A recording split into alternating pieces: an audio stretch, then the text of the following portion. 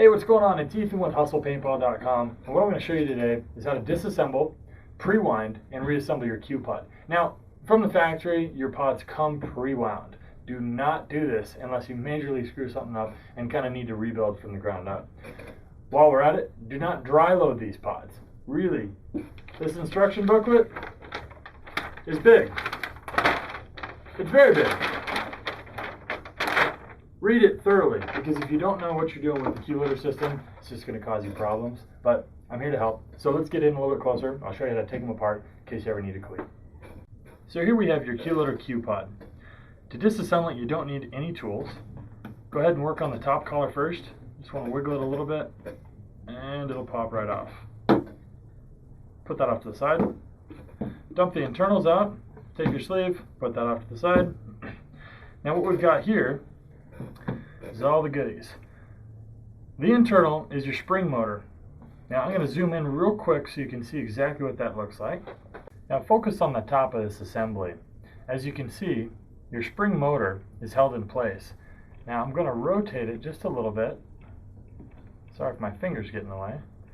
And what you want to do, there's 6 notches. You want to get them lined up so that they stick through like that. Then you can go ahead and just pull that all the way out. So here we've got the spring motor and the rest of your Q-pod assembly. Normally you can just leave this as is. You don't really have to take it apart any further, but I'm going to show you how to take it apart just because. This top piece is held in place by these 3 tabs. Now just kind of squeeze on your Q-pod, kind of fiddle with it. That's the best way to do it. Kind of pop it out. Be gentle. You don't want to break your Q-pod. There we go. Then we've got this guy. Make sure you note the orientation. The square end is on the bottom.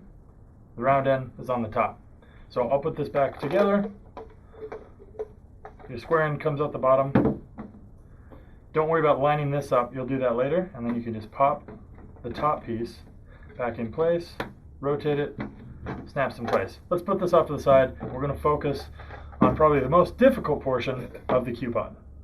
On your spring motor, you can see that the spring is slightly wavy. That's because it's actually partially pre-wound and under tension. The reason it's not coming out from tension is because there's a lock here, which is a little bit difficult to see because, there we go, that hex nut actually fits over this plastic collar, and when this slides over, your spring is not going to unwind. This is the way that the Q-pod actually engages when you put it into your socket on your gun. That pushes this collar down and would allow the spring to go.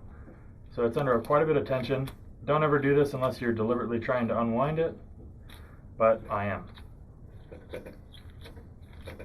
Cool. I'm going to get this unwound completely, back to complete, oh my gosh, I got to rebuild my Q-pod. Then I'm going to show you how to properly wind up your spring.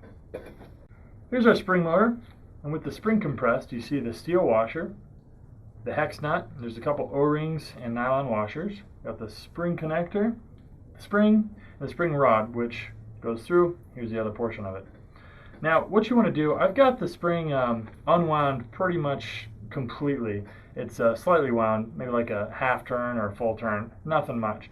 To properly pre-wind your spring, like it comes from the factory, it needs to be wound between 10 and 16 times. So, the easiest way to do it is to grab your reloading socket. Now, it's going to block a little bit of the camera, sorry about that. You can actually take this portion off. I'm not going to because here we are. So you can thread that into the bottom piece, compress the spring. Now, to decrease the spring tension, you actually want to turn it counterclockwise, but to increase it, you want to turn it clockwise. Like I said, between 10 and 16. So, let's go.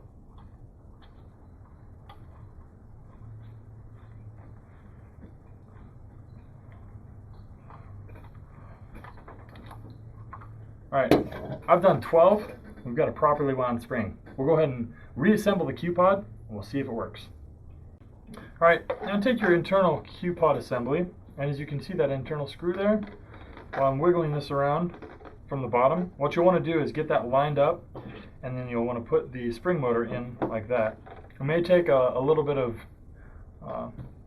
trial and error, but it's not the end of the world. Thread the tip just a little bit, and see, it wasn't that hard.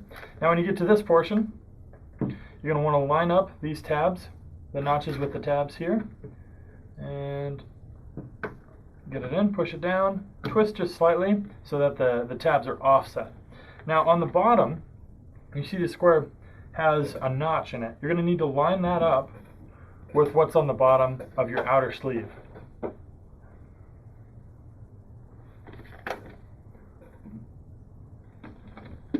Slide that in. Wiggle it back and forth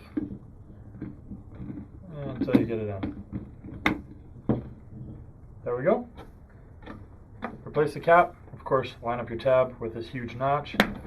Push it all the way in. I've had times where this cap doesn't go in all the way, in which case you may need to take your reload socket, put this in, and slightly twist this ring, and I said slightly twist, to get the cap to go down on there. Alright, well I told you we'd test it, so I got this all loaded up. And let's see if it works.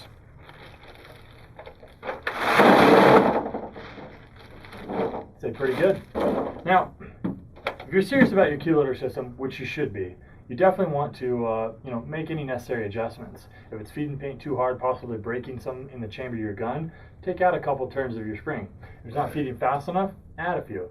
You definitely want to know your keylogger system inside and out. I said it before, I'll say it again. Read the manual, understand it completely, because that's what's really going to make you effective playing with this, so that you're not breaking paint inside the Q pods, hating life, and instead you're shooting people and winning games. So if you have any other questions, just give us a call or email us at support@hustlepaintball.com. Remember, you can find all this gear at hustlepaintball.com. So thanks again, guys. We'll see you soon.